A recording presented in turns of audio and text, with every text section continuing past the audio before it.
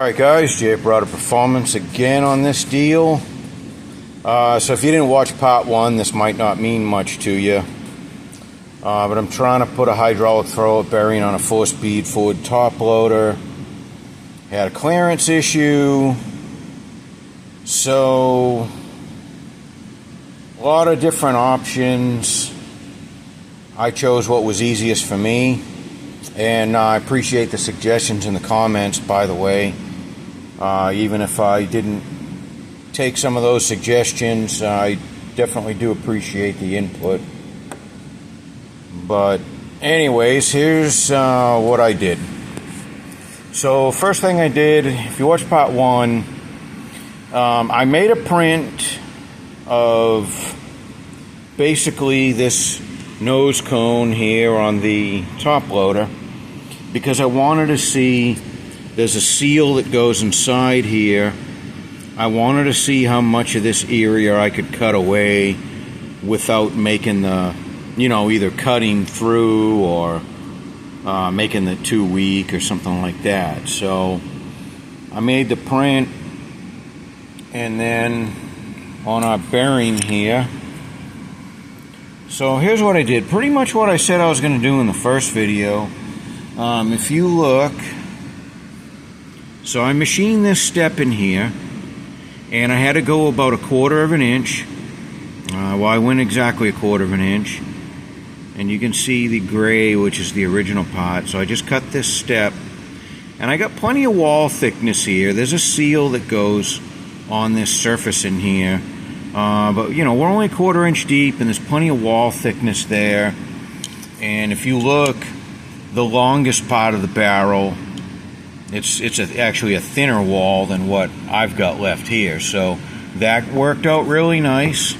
And I just took this thing apart and turned that on the lathe. I have a lathe, so that's a easy option for me. And then this deal here, I trimmed this back some, and I trimmed this outside diameter down some, because I couldn't just come off of this the full 1/4 inch, because then in this corner where that seal is behind here, it was going to get too thin. But what I did is I made this diameter as small as I could, but still leave enough integrity. And honestly, this whole cone here really doesn't have much load on it anymore. You're not really using much of it, and that bearing's going to push off on this surface and maybe a little bit on this surface.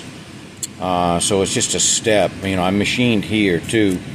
What I did too is this distance between here and here, I just left maybe about 2 or 3 thou longer than my depth in the bore here. And the reason I did that is because we've lost some contact area here.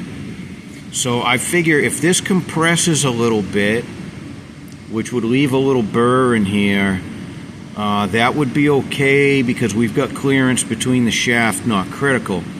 I didn't want it to touch here solely or first, because if it leaves a burr here, this will prohibit the piston travel, because this fits in the bore tighter, and this will actually slide down the outer, this outer bore here. So I don't want a little sharp edge developing here. So if this compresses over time, and then this will eventually touch, and at that point it shouldn't ever compress this side enough to leave an edge on there where it starts getting caught up in the bore. I hope that makes some sense to you. Probably more details than you need to know, but anyways, that's what I did. And then your little guide pin here, you do have to trim this down a little bit, and I'll show you that. I'll show you why. So basically, it's not critical, but basically you just want this a little bit below the bearing, or before it's stuck out. And when it's sticking out like that, it'll hit the pressure plate. So you just want to cut it back a little bit below the bearing. and we've still got plenty of play here for, you know, this to move, because this will move. It looks like maybe 3/4 of an inch at the very most is all this is going to travel, and even 3/4 is a little bit, probably kind of risking it, but I think hopefully this should travel about a 1/2 inch and release the clutch just fine. Hopefully that's the next thing we'll find out. So alright, I don't have time to install this today. I will do a part 3 and let you know if this all worked. All I can tell you for right now is I did measure my clearance. I got right about that 150 thou minimum. I'm just maybe a hair over that. So we're all good there. I got my clearance. Didn't take me long to fix this because I have a lathe, so it was a lot easier than, you know, other options of, say, making a shim plate for here or a shim plate at the bell housing. Because that also, when you push the transmission further back, you got to make sure your drive shaft is short enough to accommodate that. And a 1/4 inch on a drive shaft length, you know, could be significant. I do have enough pullout on my drive shaft, and with the way the suspension is on that Cobra, it would have been fine. You know, you certainly could have done that option, but this was a lot easier for me, rather than, you know, getting a plate, 1/4 inch plate, and, you know, I guess you could flame cut that out or plasma cut that out and drill the holes in it, and, you know, that's certainly something you could do with minimal tools. You know, if you didn't have a lathe, probably more people are able to do it that way. But also, you know, if you're friendly with somebody at a machine shop, maybe they could have machined this for you. I don't know if that's the best way or not. I just did what was easiest for me. So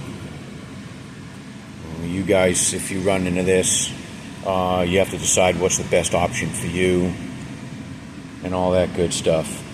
But okay, guys, you know, so tip of the day here, always make your print first, and then see what you have left for thickness, and, you know, decide what you're comfortable with for a minimum thickness before you start cutting on these old things, or even on the new part. You know, bad thing about what I did here is I've machined on this bearing, so if I feel like returning it for some reason, I'm out of luck. But I don't really think I'm going to need to return it. I think it's all good. Just got to get my lines hooked up, get the trans back in, and all that, and see if this actually helps my problem. And if you didn't watch the first video, my problem is that the clutch pedal effort is just too heavy and uncomfortable for my tastes. I had this bracket here which held a slave cylinder that would pull on the fork. So now we're eliminating the fork and acting directly on the pressure plate itself. I don't know. Hopefully it'll work. You know, I gotta be honest with you, I should have, if I was a smart man, you can math all this out. You know, you can figure out what your pedal force is based on, you know, the piston area and, you know, all that stuff. I mean, I could have figured out the difference between this setup and this setup. This was the original setup I had. It had a push type cylinder that mounted on this side. You know, this mounted on the side of the bell housing, or on the block, actually, because I remember I had tapped a hole in the block too. But so I had a push type. I went to this pull type because it had a larger diameter piston, and I did not do any math on this to see if it's going to be much better than this or any better. I didn't, but I should have. I would recommend you do that before you start spending money and doing stuff, but I didn't. I'll figure it out. I think we're going to be okay. I think it's going to be a little bit better, but just gut feel. But we'll see, you know. I could be wrong. I'll post the outcome of this in another video, hopefully within the next week here. So stay in touch with the channel, and See how I make out. Maybe you guys can laugh at me. I made a big mistake here.